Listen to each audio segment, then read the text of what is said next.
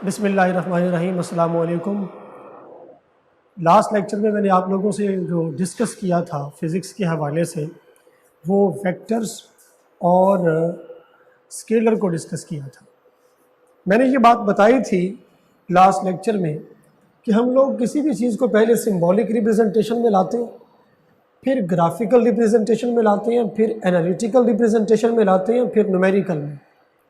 तो last time हमने दो चीज़ें डिस्कस की थी वेक्टर के हवाले से, सिंबॉलिक रिप्रेजेंटेशन और ग्राफिकल रिप्रेजेंटेशन।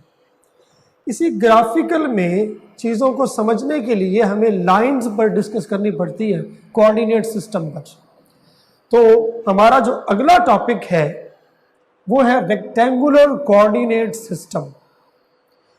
मैं पहले बात करता हूं कि कोऑर्डिनेट सिस्टम क्या होता है। कोऑर्डिनेट सिस्टम ये असल में मैथमेटिक्स में एब्सिसा और ऑर्डिनेट, इन दोनों के कॉम्बिनेशन को कहा जाता है। एब्सिसा ये इंडिपेंडेंट वेरिएबल के लिए होता है, जबकि ऑर्डिनेट एक डिपेंडेंट वेरिएबल के लिए होता है। नॉर्मली एब्सिसा हमारे पास ये जो अवेलेबल है ये एक्स एक्सिस के लिए और ये हमारे पास वाई एक्सिस के लिए।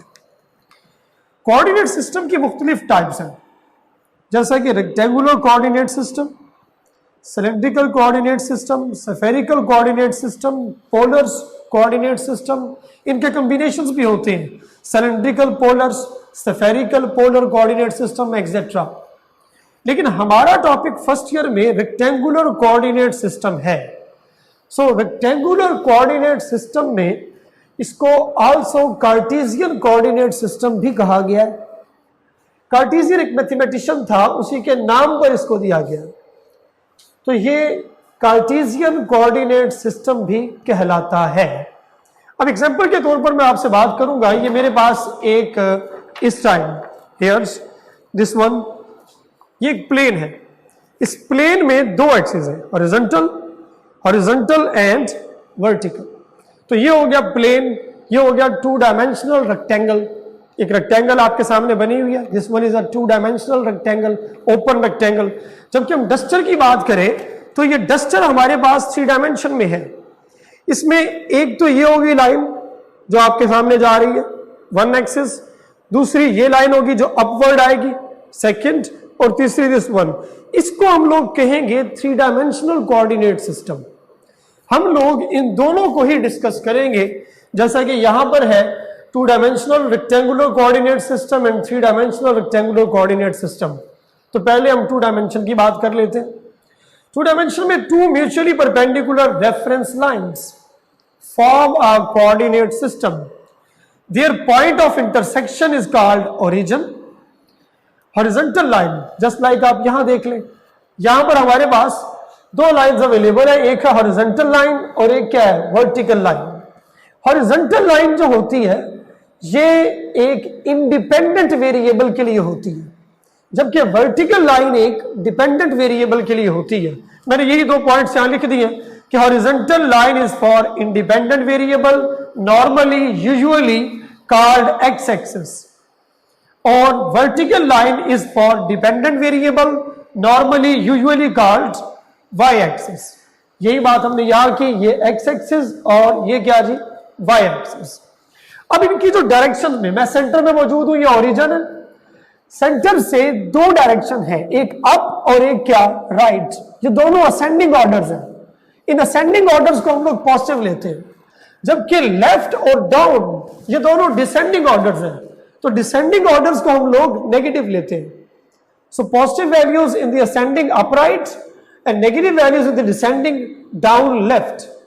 ये दोनों की दोनों लाइनें इस पूरी प्लेन को, ये जो प्लेन हमारे पास मौजूद है, इसको 4 हिस्सों में डिवाइड कर रही है। वन इज ये फर्स्ट क्वाड्रेंट, ये second quadrant, third quadrant, fourth quadrant. First quadrant में अगर आप जरा देखें तो ये 2 दीवारें हैं, एक ये y की पॉजिटिव और ये x की पॉजिटिव, यानी x भी बड़ा होगा 0 से, y भी बड़ा होगा 0 से, बोथ आर पॉजिटिव। यहां पर हमारे पास देखिए y पॉजिटिव है, जबकि x जो है वो नेगेटिव है। इधर आप देखें तो दोनों के दोनों ही नेगेटिव है। यहां पर अगर देखा जाए तो ये दोनों के दोनों ही क्या है, यहां पर ये x पॉजिटिव और y क्या होगा, नेगेटिव। असल में ये जो हमारे पास कोऑर्डिनेट सिस्टम है, रेक्टेंगुलर कोऑर्डिनेट सिस्टम, इसका जो पर्पस है वो to locate the position of a point, किसी भी पॉइंट को, एनी पॉइंट इन स्पेस, किसी भी पॉइंट को प्लेन में, 2D में प्लेन होता है और 3D के अंदर स्पेस होता है विद रिस्पेक्ट टू ओरिजिन। अब सपोज कर ले मेरे पास एक पॉइंट है, a point that is of 3 and suppose करें 4। ये 3 जो पहले हमने लिखा है ये है एब्सिसा, और दूसरा जो लिखा है this one is the ordinate. So इसको नॉर्मली हम चलो ए कह लेते हैं और इसे क्या जी, बी।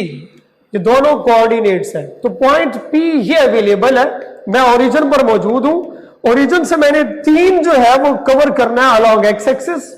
ये दिस वन फ्रॉम 0 to 3 ये हो गया अलोंग एक्स एक्सिस ए वाला, और उसके बाद हम लोग यहां पर आने के बाद ये 4 जो सेकंड में लिखा जाता है, अब अपवर्ड जाना है जी अलोंग वाई एक्सिस, 1 2 3 4। तो ये मेरे पास 4, इन दोनों को मिलाएंगे तो ये मेरे पास एक पॉइंट बन गया।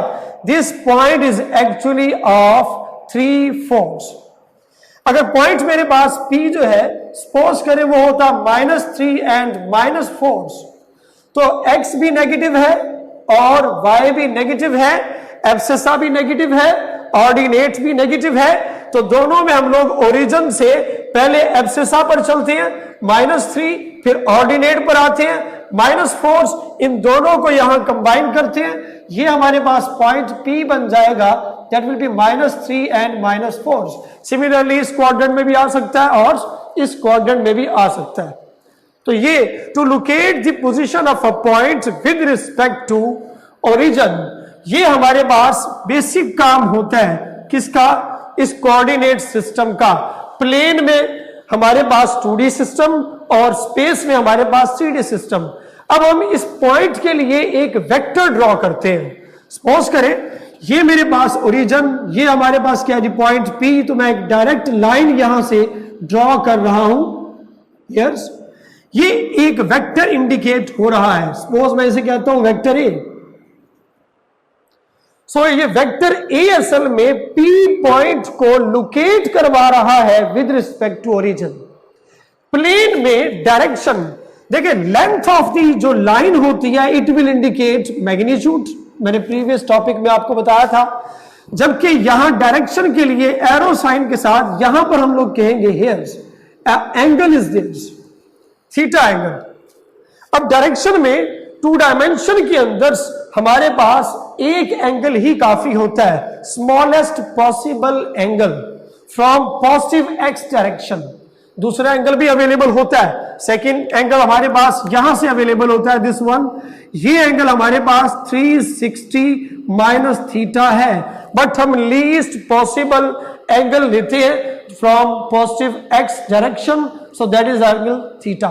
So generally in 2 dimensional coordinate system for any point P in plane having a coordinate A and B, A is the distance along x-axis। मतलब मैं ओरिजिन से x-axis की जानिब जो फासला तय करूंगा वो A से इंडिकेट, पहले वाले ऑर्डिनेट से एब्सिसा से इंडिकेट किया गया है। जबकि ये जो B हमारे पास है it is actually the distance along y-axis, Y axis की तरफ का ये डिस्टेंस हमारे पास अवेलेबल होगा बी। देखिए इस ए को मैंने कहा है distance along X axis from Y axis और ओरिजिन, यानी अगरचे मैं यहां से चल तो एक्स एक्सिस की तरफ रहा हूं, लेकिन मैं जैसे जैसे यहां चलता चला जाऊंगा मैं ओरिजिन से दूर आता चला जा रहा हूं और साथ साथ वाई एक्सिस से भी क्या आ रहा हूं, दूर आ रहा हूं। लिहाजा from Y axis and origin.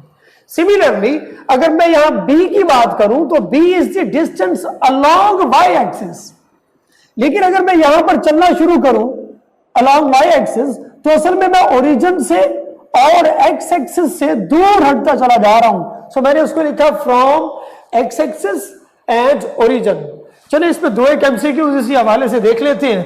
मैंने यहां लिखा है कि for a point P A B in plane A is the distance from, ये जो ए हमारे पास है पहले जो लिखा हुआ है एब्सिसा, ये डिस्टेंस है from.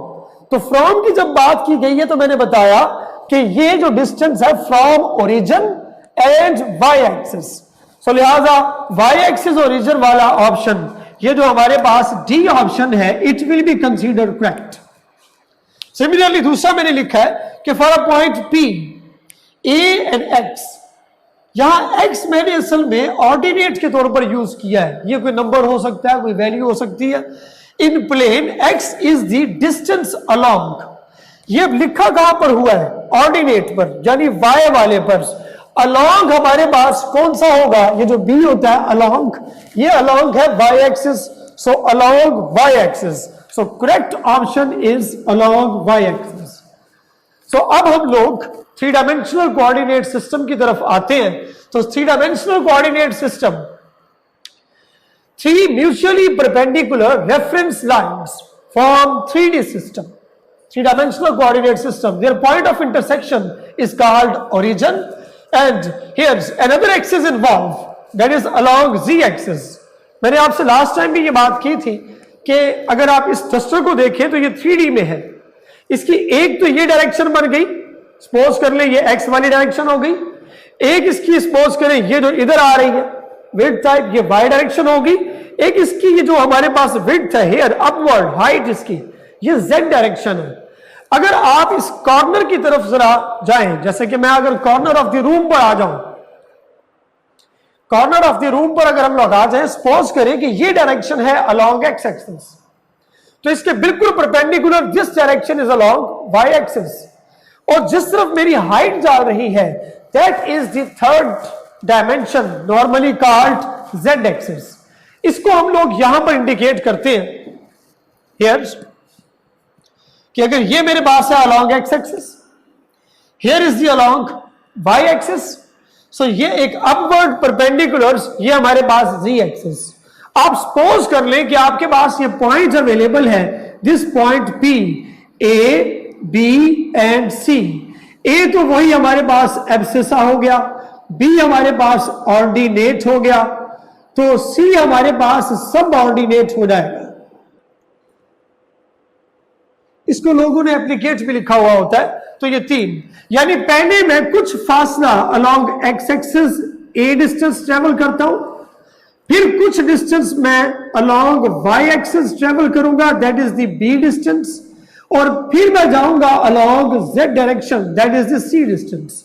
So first A then B और लास्ट में क्या होगा? सी।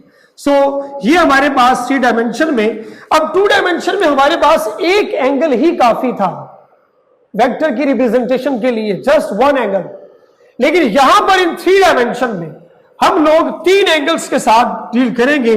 जो एक्स एक्सिस से बनेगा दैट विल बी अल्फा, और जो हमारे पास वाई एक्सिस से ये वेक्टर बनाएगा here that will be beta, और जो जी एक्सिस से बनाएंगे that will be the gamma angle.